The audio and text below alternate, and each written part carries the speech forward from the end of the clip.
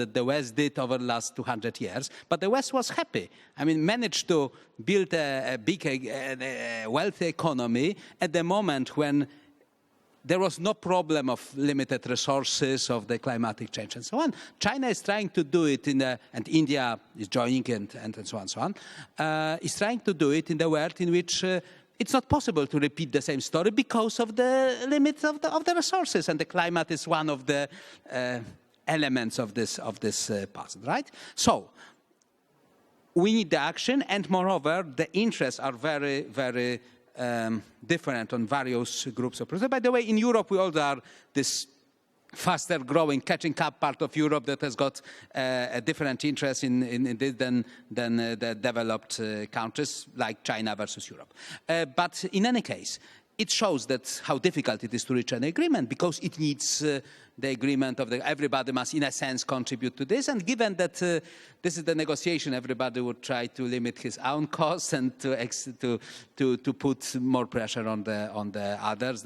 That's why the game is so difficult, especially that if this is the game in which if everybody is playing it and somebody is playing against the others or not fulfilling the rules, he's gaining vis-a-vis the others, right? I mean, this is kind of the game in which if you cheat and, I mean, if everybody is doing the same, then everybody gains.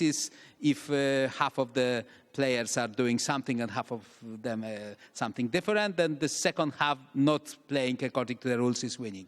So that's why it's so difficult to get any agreement. And the last point, but obviously the agreement is necessary, and in Europe as well.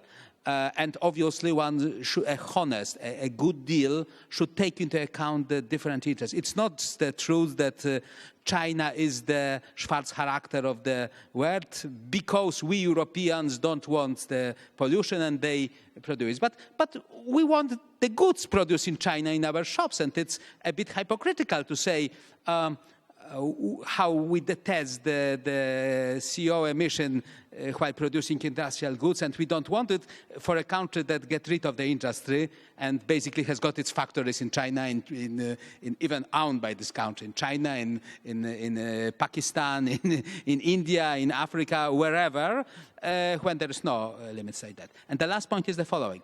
Any successful action on the market needs, I mean, if you need to change the dynamics of the market, you must work on the supply side and the demand side. In a sense, the supply side is the producers. I mean, obviously, it's necessary to create the incentives for the producers to choose the best technologies, I mean, less polluting and so on and so on. But there's also a powerful demand side effect that obviously the rich countries don't want to take into account. I mean, finally, we must discourage the consumers from using the goods that have the good carbon footprint, and the only way to do it is actually to charge the consumers for this rather than only to try to punish the producers. And finding the kind of a honest deal that satisfies everybody will be very, very difficult. I hope it will at some time emerge. But even in Europe, with much smaller problems than China versus the West, we already have got big problems with finding something that everybody would accept. This is a honest deal. Now, Professor Orlowski, if I could stay with you for the last question and change the order, just to confuse everybody, yeah? Given the geopolitical situation, the economic situation, the climate situation, what do you think is the future of Poland, and perhaps specifically in terms of innovation and technology? Again, 3 minutes, and then we'll come back down the other way. Well, Poland is obviously part of the West, I mean, culturally, economically. That happened, as the other countries here, Slovakia, as the Czech Republic, as Hungary. It happened due to some misfortunate historic events to be cut from the normal development for, let's say, half a century or maybe a bit more, depending how you calculate it. And now it's catching up, simply. And here there is no doubt that we are trying to catch up with Western Europe. At the moment when we already see it, by the way, because we managed to get, let's say, half of the distance that we had in '89 to Western Europe, we managed to do it over the last 25 years. So it is possible that in the next 25 years we will really catch up. Not for sure, obviously. That depends on the reforms here. That depends on many things. But the point is, once we will have finished our big task of joining Western Europe, we will have the same problems that Europe has as a whole. So basically, our short-term future is catching up. If we are efficient in this, we will be growing faster than Western Europe, growing income and so on, growing innovativeness. But then once we manage to be on the finish, we will see the next round of the game on the starting. Wojciech, how do you see the future of Europe and what's the role of science and innovation in that? Po polsku, przepraszam, się tak już zafiksowałem, że po polsku. Tak, innowacja zdecydowanie tak. Jeżeli mówimy o Polsce w Europie, to jak profesor powiedział przed chwilą, rzeczywiście jest bardzo dużo do zrobienia jeszcze w Polsce i to wszystko jest przed nami. My powoli godzimy, zbudowaliśmy już, można powiedzieć, sieć autostrad i to się chwali, że już możemy normalnie jeździć. Teraz będziemy zastanawiali się, czym jeździć.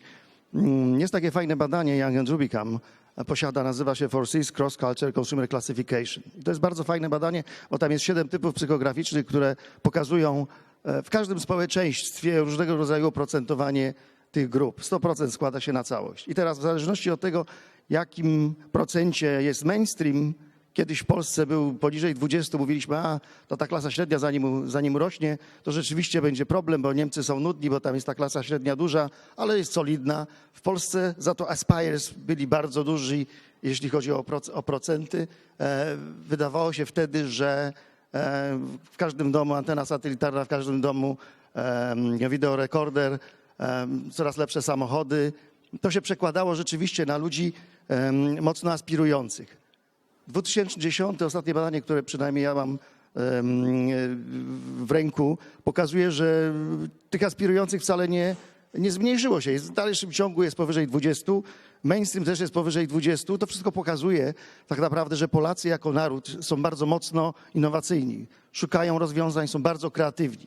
Zresztą widać, ostatnie 25 lat polskiej demokracji pokazuje, że Polacy zaczynają wyrastać z tej przynajmniej naszej strony Europy Środkowo-Wschodniej na swego rodzaju liderów. I to nie tylko liderów, jeśli chodzi o poszczególnych polityków czy biznesmenów, ale generalnie rzecz biorąc, Polacy kiedyś oceniani przez Zachód dość negatywnie, w tej chwili uzyskują bardzo wysokie noty, jeśli chodzi o pracowników, o ludzi innowacyjnych, ludzi średniego i wysokiego szczebla. Moim zdaniem innowacja w przyszłości będzie polską domeną. Ja myślę, że to jeszcze chwilę i będziemy na równi, może nie w pełnej 20, ale myślę, że prawie, że w pierwszej 20 tych najbardziej zaawansowanych państw nie tylko Europy, ale i świata. Dziękuję. Ivan? Yeah, speaking about future of the Poland, Slovakia, similar countries and innovation. There is very well-known Global Competitiveness Index of the World Economic Forum. This index is dividing countries in 3 groups: factor-driven, efficiency-driven, and innovation-driven. By the level of GDP per capita, Czech Republic, Slovakia, and Slovenia are in the 3rd level, over $17,000 per capita, which means innovation-driven. What is the problem? And Poland is very close, and it will be there maybe this year, maybe next year. What is the problem? The problem is that our economies are very competitive and were successful until now, especially because mass industrial production. In mass industrial production, that's the reason why Slovakia is #1 in the producing cars per capita and so on and so on. The main reason for this competitiveness was cheap and very qualified labor force. The problem is that we don't want to have this kind of cheap labor force for the future, and as economy is growing, also salaries are growing. And as salaries are growing, we are losing slowly, but we are losing this competitive advantage of for the mass industrial production. Which means what we need, inevitably, is to restructure our economy, because we will lose more and more in the global competition. We will simply lose the simple industrial production, which will go on the to find lower costs. What we need is restructuring to have economy based more on the sophisticated production, on the services, and so on. four necessary preconditions for successful restructuring in this direction. First one, sound and sustainable public finance, which is connected against with reforms, not only in public finance but in pension system, for instance, healthcare and others. Then we need a good and permanently improving business environment. Then we need effective and efficient public administration, public sector. And then we need knowledge economy development, which means education, science, innovation, and so on and so on. All these four factors are necessary preconditions for to be successful in this restructuring, in this innovation-driven economy, developing innovation-driven economy. Because if you will have first three, but your education will be very poor, then unfortunately this what will leave will be not replaced but something else, more sophisticated, because you will not have qualified enough people. Which means I think we are in this situation, and only again I'm sorry, but still only the same answer and the same conclusion I have: reforms. Andrew Kreisek?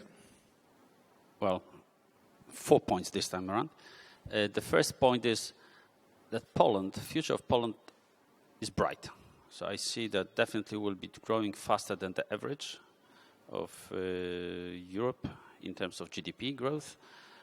And the question right now is how fast we're going to grow, how better we will be in terms of growth of GDP.